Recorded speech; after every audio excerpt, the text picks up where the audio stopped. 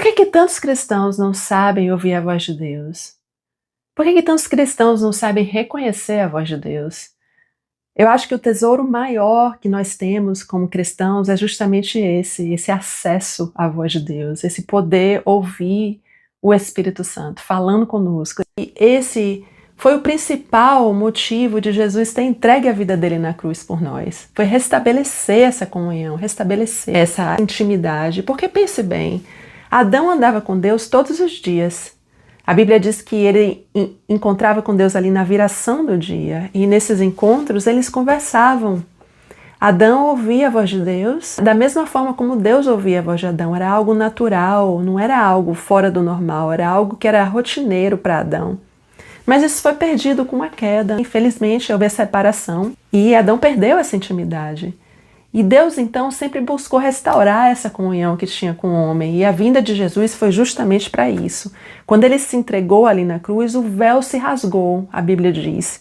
E quando o véu se rasgou, a presença de Deus, que estava então separada do homem ali por aquele véu, ela saiu dali. E hoje todos nós podemos ter acesso à presença dele.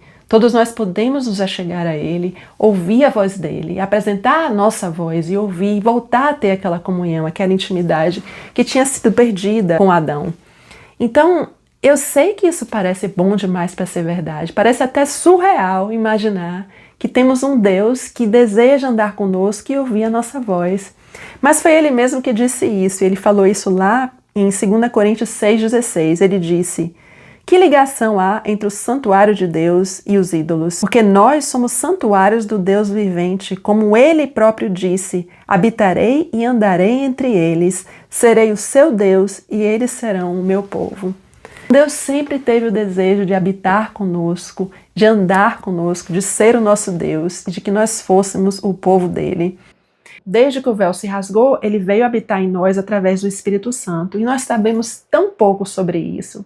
Quem é o Espírito Santo? Como é que ele fala conosco? Jesus disse lá em João 16:13, quando vier, porém, o Espírito da verdade, ele vos guiará a toda a verdade. Para o Espírito nos guiar, ele precisa falar conosco. E nós precisamos entender e discernir a voz dele. Então, como é que ele fala, ele nos guia? Como é que nós podemos reconhecer a voz dele, receber essa direção que ele deseja nos dar? Então, vamos aprender juntos, a gente vai falar muito sobre isso. Aliás, a gente vai falar somente sobre isso aqui.